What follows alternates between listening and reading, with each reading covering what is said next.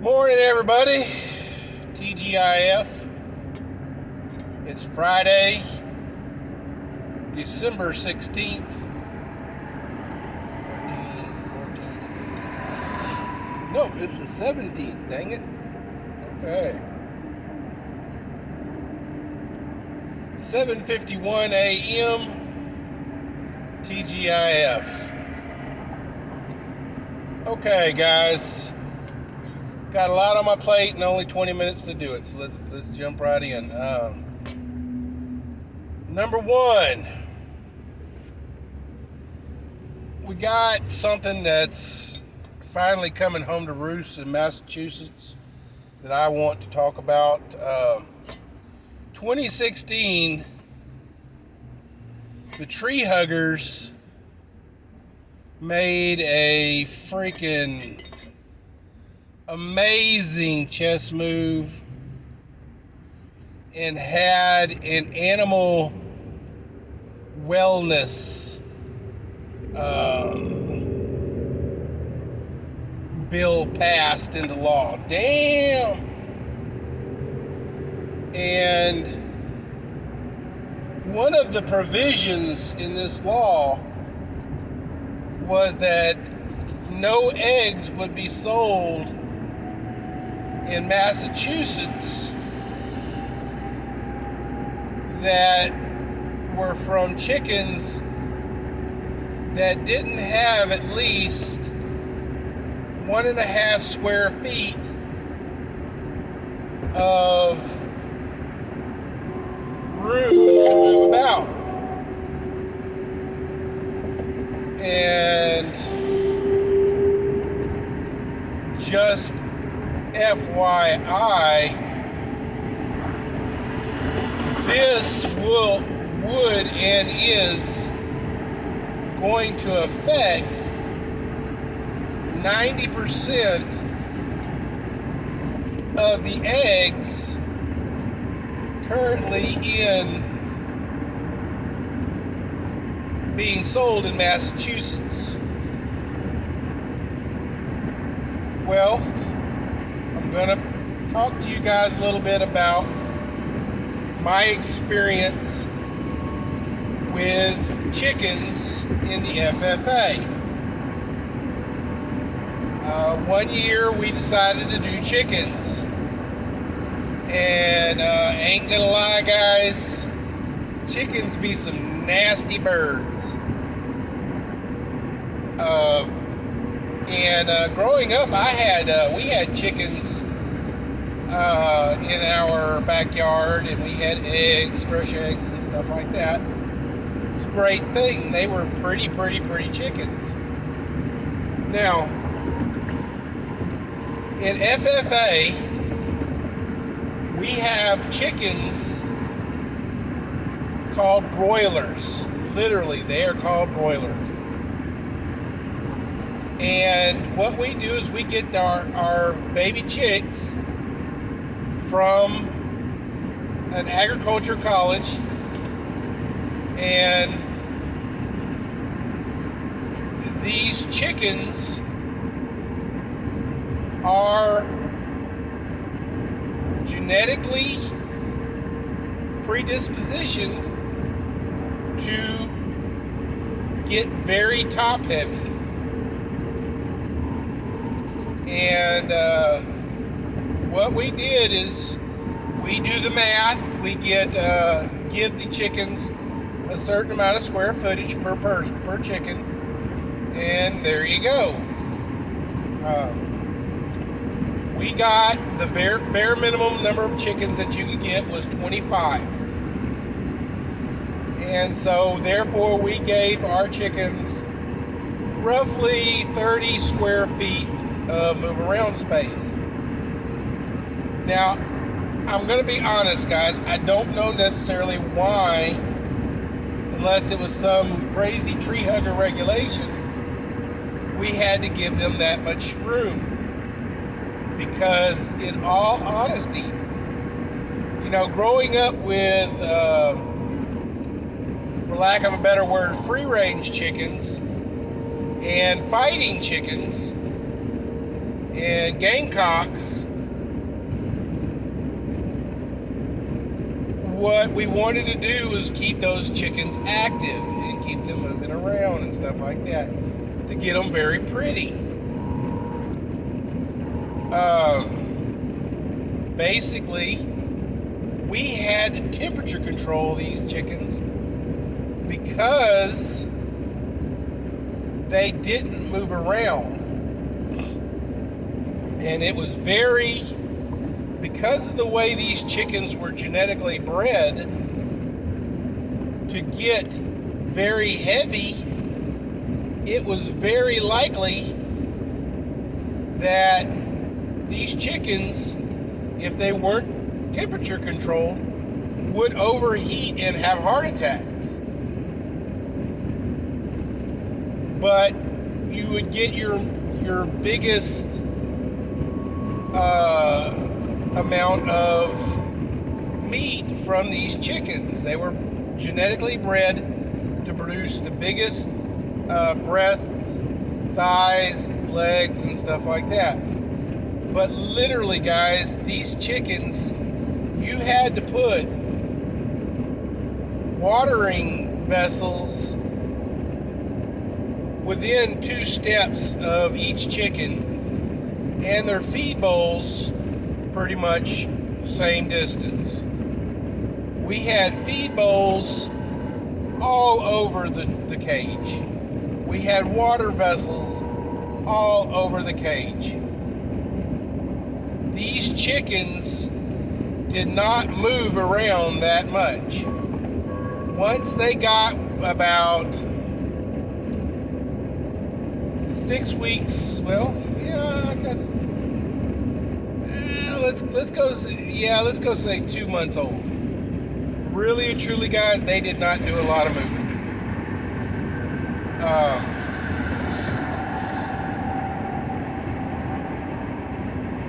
But what I want to say is that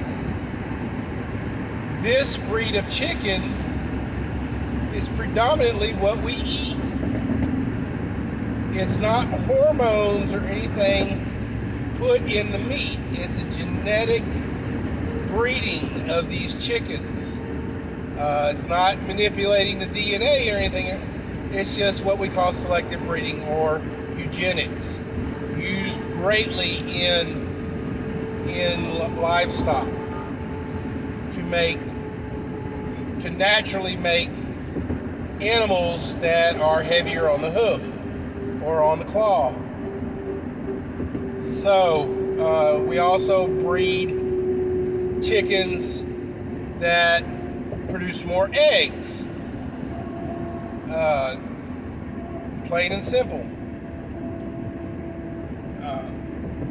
We selectively breed chickens with a better predomination to produce more eggs. Now, let me ask you a question, guys. You got all these hippies and tree huggers out there wanting these chickens to breed free range. But one of the things that you give up when you make a chicken that is predominant to make a bunch of eggs is they don't get around a lot. They are also top heavy because their insides are making lots of eggs. So they don't get around a lot. The free range chickens that everybody's all hoo-hoo about aren't so much the ones that produce a great deal of eggs. You gotta have a lot more of those hens to produce the same amount of eggs as chicken B, which is the genetically modified or genetically bred chicken for predominance of egg laying. More chickens means more feed. Now, a free range chicken, they're supposed to scratch and stuff like that. The thing people don't know about those particular free-range chickens is they have to be cycled. They have to be cycled on the land they're on, or they actually physically destroy the land because of their pecking and scratching. They're eating the bugs that break down the soil, that make the nutrients, that make our soil rich and produce grass and crops and stuff like that. You've heard of locusts, I'm sure. You do not want chickens to get loose in a farm crop. They will literally destroy a farm crop. But keeping, a chicken or 3, keep a chicken or 5, grow 25 of them for slaughter, you can do that. But you got to clean the cage periodically, or else you end up with some crazy shit happening. Literally, guys, after we would raise these chickens for I think either 3 to 4 months before they went to slaughter. And in 3 to 4 months, the first month they're actually all in the brooder. So basically 3 months in the outside pen. Literally, guys, we're having to clean that cage at least twice in 3 months. And by clean, I mean literally you're getting in there with a shovel and you're taking out 30 square feet. We're taking out almost 2 wheelbarrows full of chicken shit, molted feathers, and feed that has been knocked out of the mold and molded and stuff. So, because you don't want that moldy food to get eaten and cause issues with your birds.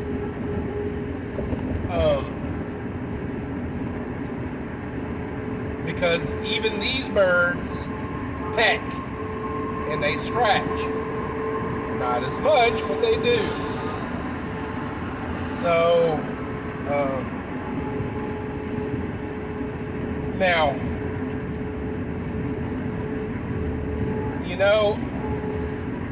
I like chickens. They taste great.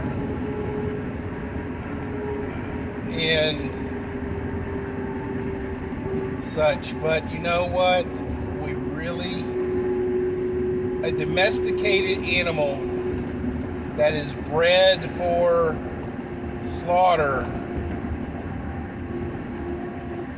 is bred for the confinement that they are given. You can't just let them out in the middle of a pasture and stuff like that. The ones that actually survive the first 48 hours will more than likely make their way back to the roost. Okay, one of the things about chickens is they have to, per every so many hens, you have to have a rooster. And what that rooster does is he takes care of the hens. He rounds them up and sends them in a roost and guards them. Now this roost could be, a barn, a chicken coop, or something. The rooster will find a place that these hens can go to be safe and sleep and lay eggs. It's just what chickens do. So, if you let all these hens out and you don't have a cock out there to roost them and round them up and guard them, there is nothing there going to protect them. they're either going to have heart attacks from the elements, or they're going to get eaten by a predator. And a large swath of these are going to be eaten by predators. And I want to put my hand up because I am a predator. I'll go find them some bitches and I will throw them all in the back of my truck in a cage, take them home, and I will gladly put them in my freezer.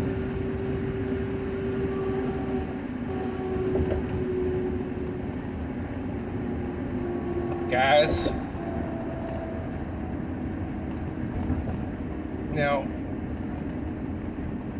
regardless of what your thoughts of eugenics in farm animals is, it is how farmers make their money. When I was doing rabbits, I was doing show rabbits. We weren't even breeding rabbits to eat. These were specifically show rabbits. We used eugenics to,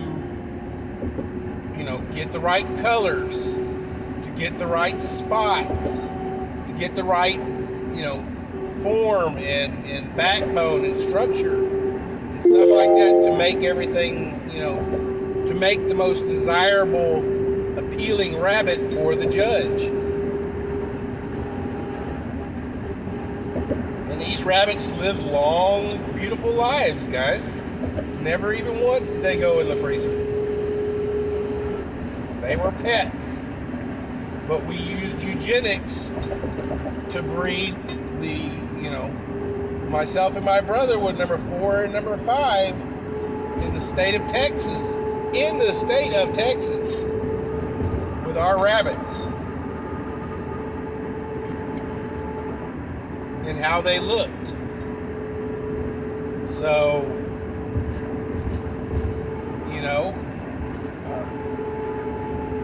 but that eugenics is how farmers get the most money for their animals.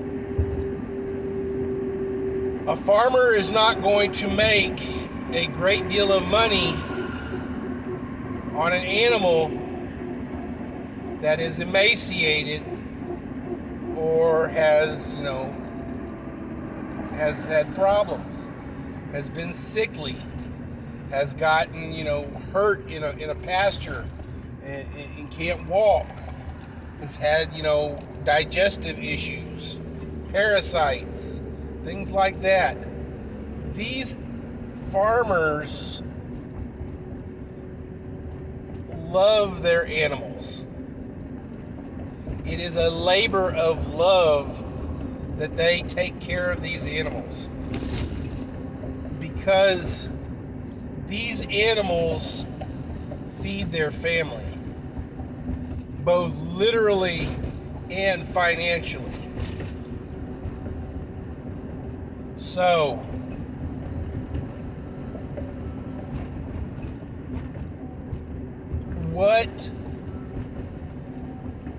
another thing I want to take into accord here, guys, is much like eugenics, breeding lazy animals that are heavy on the hoof, we have been selectively breeding kids. Yeah, y'all are going to get pissed with this statement. That are more and more progressively lazy. And it's not necessarily breeding. It's because of the notion that we want things to be easier for our progeny than we had it growing up.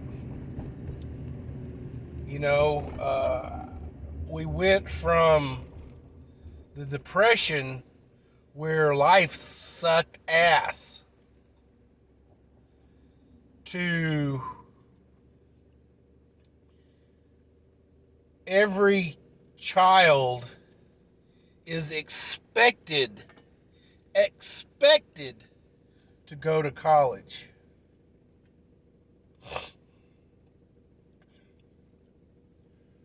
What happens whenever a kid doesn't want to go to college? Doesn't have the drive or the desire? Basically, that kid gets saddled with debt that he or she did not need to accrue. But now they're in debt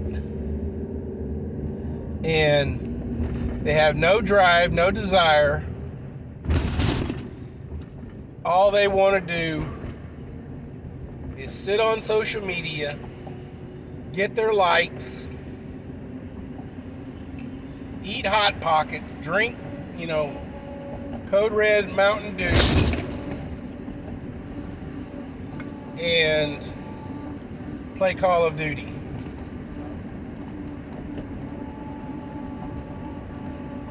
Guys,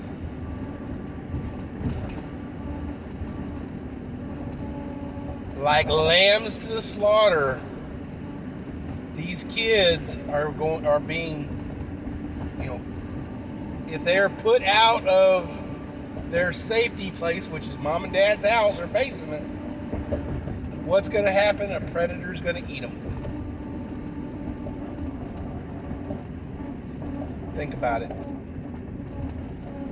Let's go, Brandon.